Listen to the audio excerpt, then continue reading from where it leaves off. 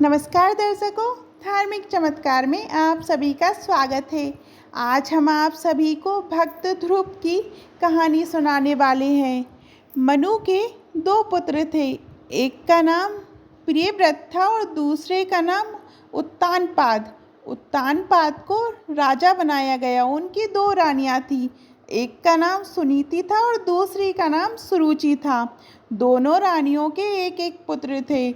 बड़ी रानी सुनीति का पुत्र था ध्रुव और छोटी रानी सुरुचि का पुत्र था उत्तम। ध्रुव के पिता राजा उत्तानपाद अपनी छोटी रानी सुरुचि को बहुत चाहते थे। इस कारण राजा उनकी बात का बहुत मान रखते थे। वहीं सुनीति बहुत सीधी सादी और सरल स्वभाव की होने के कारण सदा भक्ति में लगी रहती थी। एक दिन राजा उत्तानपाद अपने राज सिंहासन पर विराजमान थे। तभी राजकुमार उत्तम उनके पास आए और राजा ने उसे गोद में बिठाया और उनके साथ खेलने लगे। कुछ समय के बाद ध्रुव भी वहाँ आए। वह भी पिता की गोद में बैठने की जिद करने लगे। ये देखकर रानी सुरुचि ने ध्रुव को डांटते हुए कहा, इस राज सिंहासन पर केवल मेरे गर्भ से जन्मा पुत्र ही बैठ सकता है। अगर तू इस राज सिंहासन पर बैठना चाहता है तो भगवान की तपस्या कर, उन्हें प्रसन्न कर, फिर मेरे गर्भ से जन्म लेकर इस सिंहासन का हकदार बनकर दिखा। राजा उत्तानपाद को रानी की इस बात का बहुत बुरा लगा, परंतु स्त्री मोह के कारण वे कुछ कह ना सके। ये सुनकर बालक ध्रुव रोते हुए अपनी माता के पास गया। सुनीति ने जब सारी बात सुनी तो उन्होंने रोते हुए अपने दुर्भाग्य को इसके लिए जिम्मेदार ठहराया। उन्होंने कहा, बेटा, इसमें तुम्हारी छोटी माता का कोई दोष नहीं है। ये सब भाग्य का खेल है। तुम भी उसी पिता की संतान हो जिस पिता की संतान उत्तम है। इसलिए किसी को दोष देने से अच्छा इस दुख से बचने के लिए कमल नयन श्री हरि भगवान विष्णु की आराधना करो। उनके सिवा इस संसार में कोई भी तुम्हारे इस दुख को कम नहीं कर सकता। बालक ध्रुव उसी क्षण अपने पिता की नगरी को छोड़कर वन की ओर चल दिए। भगवान श्री हरि विष्णु की कृपा से रास्ते में उन्हें नारद जी के दर्शन हुए। नारद जी ने ध्रुव से वन जाने का कारण पूछा। ध्रुव ने उन्हें सारी बात बताई। तब नारद जी ने सोचा, ये छोटा सा बालक वन में डर जाएगा, इसलिए उन्होंने बालक ध्रुव को समझाकर घर भेजने का प्रयत्न किया। किंतु ध्रुव के दृढ़ निश्चय और निश्चल भक्ति को देखकर नारद जी बहुत प्रभावित हुए। उन्होंने ध्रुव को ओम नमो भगवते वासुदेवाय मंत्र की दीक्षा दी।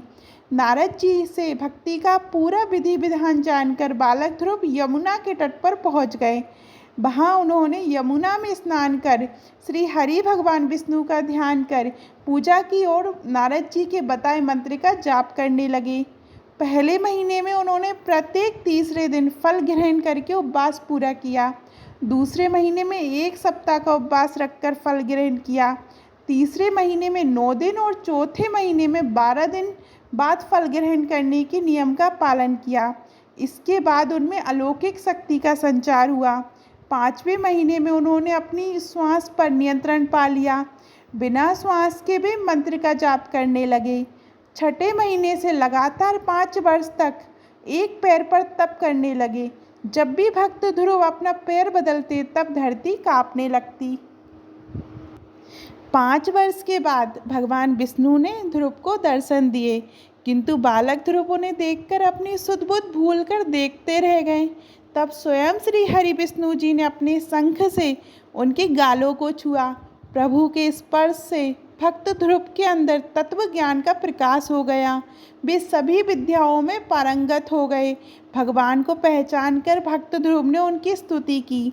भगवान विष्णु ने प्रसन्न होकर भक्त ध्रुव को वरदान दिया और कहा, बेटा, इस संसार में अपने पिता के वानप्रस्थ के समय राजा बनकर राज कर, जब तुम्हारा अंतिम समय होगा तो मेरी कृपा से तुम ब्रह्मांड के केंद्र भूल धाम में विराजमान हो जाओगे, जिसमें सभी ग्रह, नक्षत्र और तारामंडल प्रदक्षिणा करते हैं। ये कहकर श्री हरि विष्णु अंतर्ध्यान हो गए।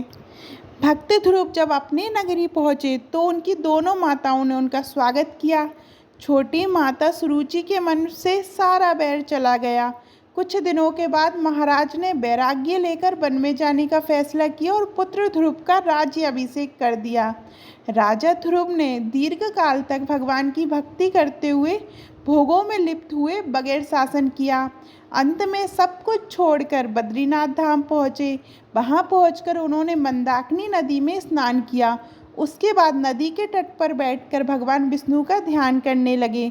कुछ पल के बाद भगवान विष्णु के पार्षद एक सुंदर विमान लेकर उन्हें ले गए।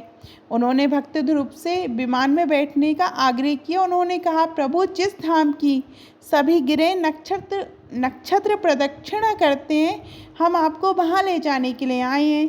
भक्त ध्रुव ने सभी मुनियों को प्रणाम किया और उनका आशीर्वाद लिया और विमान की ओर प्रस्थान किया। तभी वहाँ यम देवता प्रकट हुए। उन्होंने कहा, ये मृत्यु लोक है, अर्थात बिना मुझे स्पर्श किए कोई संसार से नहीं जा सकता। ये सुनकर भक्त ध्रुव ने उनके सिर पर पैर रखा और विमान में प्रस्थान किया। आज भी भक्त ध्रुव तारा धाम में विराजते हैं। आपको ये वीडियो कैसी लगी कमेंट में ज़रूर बताइएगा, और अभी तक आपने हमारे चैनल को सब्सक्राइब नहीं किया है तो सब्सक्राइब करिएगा। धन्यवाद।